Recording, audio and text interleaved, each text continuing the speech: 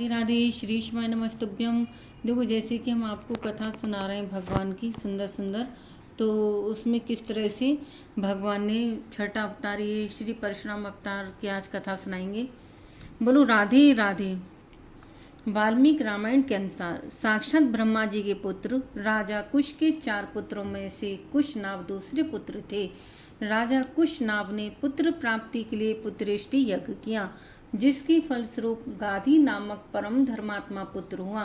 राजा गाधी की एक सत्यवती नाम की कन्या थी, जो महर्षि ऋषिक को ब्याही गई थी। एक बार सत्यवती और सत्यवती की माता ने ऋषिक जी के पास पुत्र कामना से जाकर उसके लिए प्रार्थना की।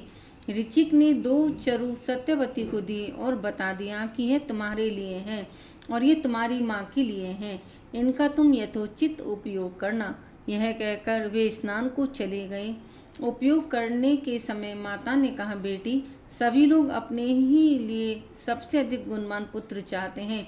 अपनी पत्नी के भाई के गुणों में किसी की विशेष रुचि नहीं होती, अतः तू अपना चरु मुझे दे दे और मेरा तू ले ले, क्योंकि मेरे पुत्र को तो संपूर्ण भूमंडल का पालन करना होगा और ब्राह्मण कुमारों को तो बल, वीर तथा संपत्ति आदि से लेना देना ही क्या है। ऐसा कहने पर सत्यवती ने अपना चरु अपनी माता को दे दिया। बोलो राधे राधे। अपनी माता को दे दिया। जब ऋषि को यह बात ज्ञात हुई, तब उन्होंने अपनी पत्नी से कहा कि तुमने यह बड़ा अनुचित किया। ऐसा हो जाने से अब तुम्हारा पुत्र घोर योद्धा होगा और तुम्हारा भाई ब्रह्मवेता होगा। सत्यवती के बहुत प्रार्थना करने पर कि मेरा पुत्र ऐसा ना हो, उन्होंने कहा कि अच्छा, पुत्र तो वैसा ना होगा, किंतु पौत्र उस स्वभाव का होगा। यही कारण है कि राजा गाधी की स्त्री ने जो चरु खाया, उसके प्रभाव से विश्वामित्र जी हुए, जो क्षत्रिय होते हुए भी तपस्वी और ब्रह्मर्षि हुए, और श्री ऋचिक जी के पुत्र श्री यमदग्नि जी तो परम शांत दांत ब्रह्मर्षि हुए, परंतु यमदग्नि पुत्र परशुराम बड़े ही घोर योद्धा हुए। यहाँ देखो, यमदग्नि लिखा है, कहीं जमदग्नि ऐसे लिखा रहता है। एक बार यमदग्नि ऋषि ने अपनी स्त्री रेणुका को नदी से जल लाने को भेजा। वहाँ गंधर्व गंधर्वनी विहार कर रहे थे। ये जल लेने गईं तो उनका विहार देखने लगीं। इसमें उन्हें लौटने में देर हुई। ऋषि ने देरी का कारण जान लिया और यह समझकर कि स्त्री को पर पुरुष की रति देखना महापाप है, अपने पुत्रों को बुलाकर एक एक करके आज्ञा दी कि माता को मार डालो। परंतु मात्र स्नेहवश 7 पुत्रों ने इस काम को करनांगीकार न किया। तब 8वें पुत्र परशुराम को आज्ञा दी कि इन सब भाइयों सहित माता का वध करो। इन्होंने तुरंत सबका सिर काट डाला। इस पर पिता ने प्रसन्न होकर इनसे वर मांगने को कहा। तब इन्होंने कहा कि मेरे सब भाई और माताजी जी उठें और इन्हें यह भी न मालूम हो कि मैंने इन्हें मारा था। हमको पाप का स्पर्श न हो। युद्ध में कोई मेरी बराबरी न कर सके। मैं दीर्घ काल तक जीवित रहूं। महातपस्वी यमदग्नि ने परशुराम को सभी वर दिए। महिष्मती नगरी का राजा सहस्त्रार्जुन भगवान दत्तात्रेय से युद्ध में कोई सामना न कर सके। युद्ध के समय 1000 भुजाएं प्राप्त हो जाएं, सर्वत्र व्याहत हो, आदि वरदान प्राप्त कर उन्मत्त हो गया। वह रथ और वर के प्रभाव से देवता, यक्ष और ऋषि सभी को कुचले डालता था। उसके द्वारा सभी प्राणी पीड़ित हो रहे थे। एक बार उसने केवल धनुष और बाण की सहायता से अपने बल के घमंड में आकर समुद्र को आच्छादित कर दिया।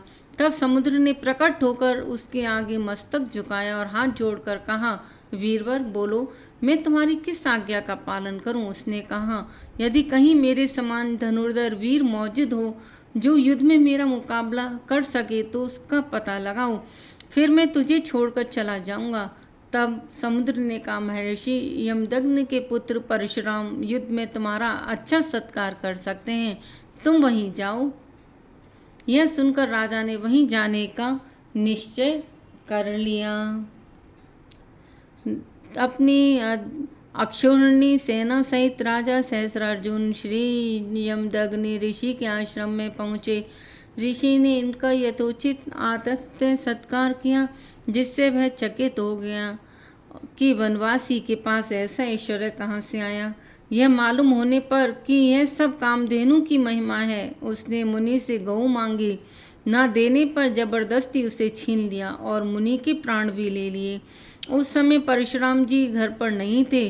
घर पर आने पर उन्होंने माता को विलाप करते हुए पाया। कारण जानने पर उन्होंने पृथ्वी को निक्षत्रिय करने का संकल्प किया। कहते हैं कि विलाप में माता ने 21 बार छाती पीटी थी, अतः इन्होंने 21 बार पृथ्वी को निक्षत्रिय कर दिया। 21वीं बार क्षत्रियों का नाश करके परशुराम जी ने अश्वमेध यज्ञ किया और उसमें सारी पृथ्वी कश्यप जी को दान में दे दी। पृथ्वी क्षत्रियों में सर्वथा रहित न हो जाए, इस अभिप्राय से कश्यप जी ने उनसे कहा कि अब यह पृथ्वी हमारी हो चुकी, अब तुम दक्षिण समुद्र की ओर चले जाओ। चूंकि परशुराम जी के पूर्वजों ने भी यह संहार कार्य अनुचित कहकर परशुराम जी को इससे निवृत्त होने का अनुरोध किया था और कश्यप जी ने भी पृथ्वी छोड़ देने को कहा था, परशुराम जी दक्षिण समुद्र की ओर चले गए। समुद्र ने अपने अंतर्गत स्थित महेंद्राचल पर इनको स्थान दिया। श्री परशुराम जी कल्पांत स्थायी हैं, किसी भाग्यशाली पुण्यात्मा को उनके दर्शन भी हो जाते हैं। राधे राधे बोलो, प्रेम से बोलो राधे राधे राधे।